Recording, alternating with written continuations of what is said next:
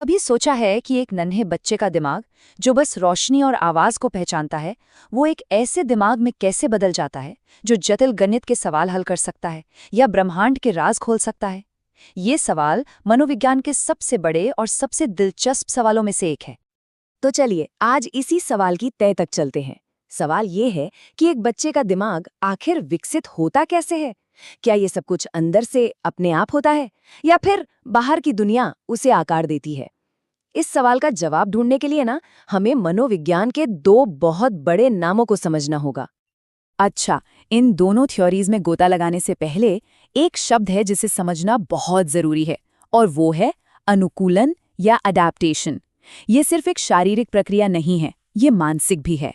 मतलब ये वो तरीका है जिससे हमारा दिमाग आसपास की दुनिया में फिट होने के लिए, उसे समझने के लिए खुद को बदलता है, एडजस्ट करता है। तो सबसे पहले मिलते हैं जीन पियाजे से।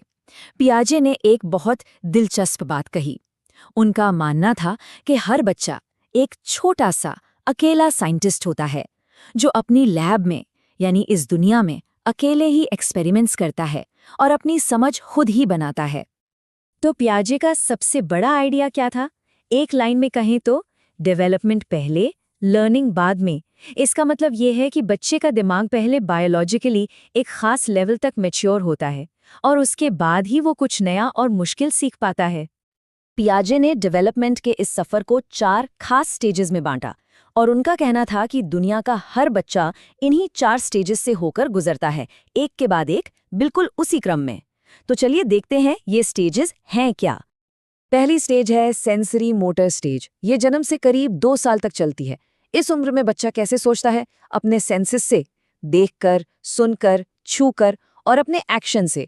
इस स्टेज की जो सबसे बड़ी अचीवमेंट है ना, वो है ऑब्जेक्ट परमानेंस को समझना। इसका सीधा सा मतलब है, जब हम बच्चे के साथ पीकाबू खेलते हैं और चेहरा छिपा लेते हैं, तो बच्चा ये समझ जाता है कि चेहरा सच में गायब नहीं हुआ, बस अभी दिख नहीं रहा। फिर आती है प्री ऑपरेशनल स्टेज। यहाँ बच्चा भाषा सीखता है, सिंबल्स को समझने लगता है, जैसे एक खाली डब्बे को गाड़ी बना के खेलने लगता है। लेकिन इस स्टेज की एक बहुत बड़ी लिमिटेशन भी है, जिसे कहते हैं ईगोसेंट्रिज्म या अहम केंद्रित होना। आसान भाषा में कहें तो बच्चे को लगता है कि पूरी दुनिया वैसी ही है जैसा वो उसे देख रहा है। उसे ये समझ ही नहीं आता कि किसी और का नजरिया अलग भी हो सकता है। अब आती है वो स्टेज जो एक तरह से टर्निंग पॉइंट है, कंक्रीट ऑपरेशनल स्टेज। यहाँ बच्चा लॉजिकली सोचना शुरू कर देता है, लेकिन एक कैच है, वो सिर्फ उन चीजों के बारे में लॉजिक लगा सकता है जो ठोस हैं, जिन्हें वो देख सकता है, छू सकता है। इसका सबसे क्लासिक उदाहरण है कंजर्वेशन का कॉन्सेप्ट। मतलब अगर एक चौड़े ग्लास का पानी एक लंबे पतले ग्लास में डाल दें, तो अब बच्चा ये समझ जाता है कि पानी कम या ज्यादा नहीं हुआ, बस बर्तन का शेप बदला है, पानी उतना ही है। और आखिर में आती है पियाजे की सबसे एडवांस्ड स्टेज, फॉर्मल ऑपरेशनल। यहां आकर सोच की उड़ान फिजिकल दुनिया से बहुत आगे निकल जाती है। अब टीनेजर्स एब्स्ट्रैक्ट आइडियाज के बारे में सोच सकते हैं, जैसे न्याय क्या है, नैतिकता क्या होती है, फ्यूचर में क्या क्या हो सकता है। वो अब किसी भी प्रॉब्लम को एक साइंटिस्ट की तरह देख सकते हैं, अलग अलग परिकल्पनाएं बना सकते हैं और उसे सुलझा सकते हैं। तो ये तो थी पियाजे की बात, जहां बच्चा एक अकेला साइंटिस्ट है। पर सवाल ये उठता है कि क्या सच में बच्चा सब कुछ अकेले ही सीखता है? बस यहीं पर एंट्री होती है हमारे दूसरे दिग्गज लेव वाइगॉट्स्की की, और वो एक बिल्कुल अलग कहानी बताते हैं। उनका कहना था, नहीं, हम समाज से सीखते हैं, लोगों के साथ मिलकर सीखते हैं।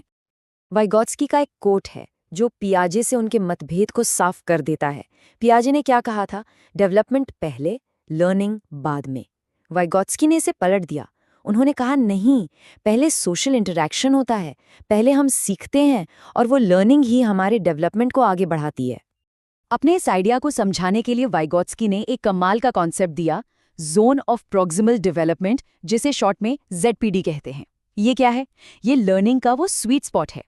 मान लीजिए एक बच्चा साइकिल चलाना सीख रहा है।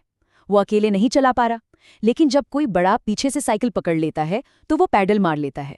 तो वो अकेले क्या कर सकता है और किसी की मदद से क्या कर सकता है? इसके बीच का जो गैप है ना, वही ZPD है। और वाइगॉट्स्की के हिसाब से असल लर्निंग इसी जोन में होती है। और इस ZPD में जो मदद दी जाती है, उस तरीके को वाइगॉट्स्की ने नाम दिया स्कैफोल्डिंग। इसका मतलब है एक अस्थायी ढांचा या सहारा, बिल्कुल वैसे ही जैसे कोई बिल्डिंग बनाते समय मचान लगाया जाता है। टीचर या पेरेंट्स बच्चे को जरूरी हिंट्स देते हैं, थोड़ा गाइड करते हैं, और जैसे ही बच्चा वो काम खुद करना सीख जाता है, ये मचान, ये सहारा हटा लिया जाता है। तो अब हमारे सामने दो बिल्कुल अलग अलग तस्वीरें हैं, है ना? एक तरफ है पियाजे का नन्हा अकेला साइंटिस्ट जो खुद ही सब कुछ डिस्कवर कर रहा है, और दूसरी तरफ है वाइगॉत्स्की का सोशल लर्नर जो एक अप्रेंटिस की तरह दूसरों की मदद से सीख रहा है। तो इन दोनों के बीच की असली बहस क्या है? क्या बायोलॉजिकल मैच्योरिटी यानी दिमागी विकास लर्निंग का दरवाजा खोलता है, जैसा पियाजे कहते थे, या फिर सोशल लर्निंग यानी समाज से सीखना हमारे डेवलपमेंट का इंजन है, जैसा वाइगॉट्स्की मानते थे? चलिए इन दोनों के फर्क को आमने सामने रखकर देखते हैं। पियाजे के लिए मेन आइडिया है कि डेवलपमेंट पहले होता है और इसे चलाता कौन है? Biological maturity. दूसरी तरफ वाइगॉट्स्की कहते हैं कि लर्निंग ही डेवलपमेंट को चलाती है और इसका ड्राइवर है सोशल और कल्चरल इंटरैक्शन। यहाँ तक कि भाषा के रोल पर भी दोनों की राय एकदम अलग है। पियाजे के हिसाब से भाषा डेवलपमेंट का एक नतीजा है, एक रिजल्ट है, जबकि वाइगॉट्स्की के लिए भाषा सोचने और डेवलप होने का एक बहुत ज़रूरी औजार है, एक टूल है। तो सवाल उठता है, इनमें से सही कौन है, पियाजे या वाइगॉट्स्की? पर शायद ये सवाल ही गलत है। क्या हो अगर ये दोनों थ्योरीज एक दूसरे के दुश्मन ना होकर एक ही कहानी के दो अलग अलग हिस्से हों? पियाजे का नजरिया हमें बच्चे के अंदर झांकने का मौका देता है।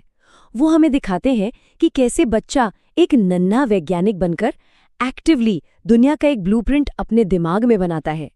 वो इन यूनिवर्सल स्टेजेस से गुजरते हुए अपनी समझ खुद ही तैयार करता है। और वहीं वाइगॉट्स्की का नजरिया हमें याद दिलाता है कि ये नन्हा वैज्ञानिक अपनी लैब में अकेला नहीं है। बच्चा एक सोशल अप्रेंटिस भी है।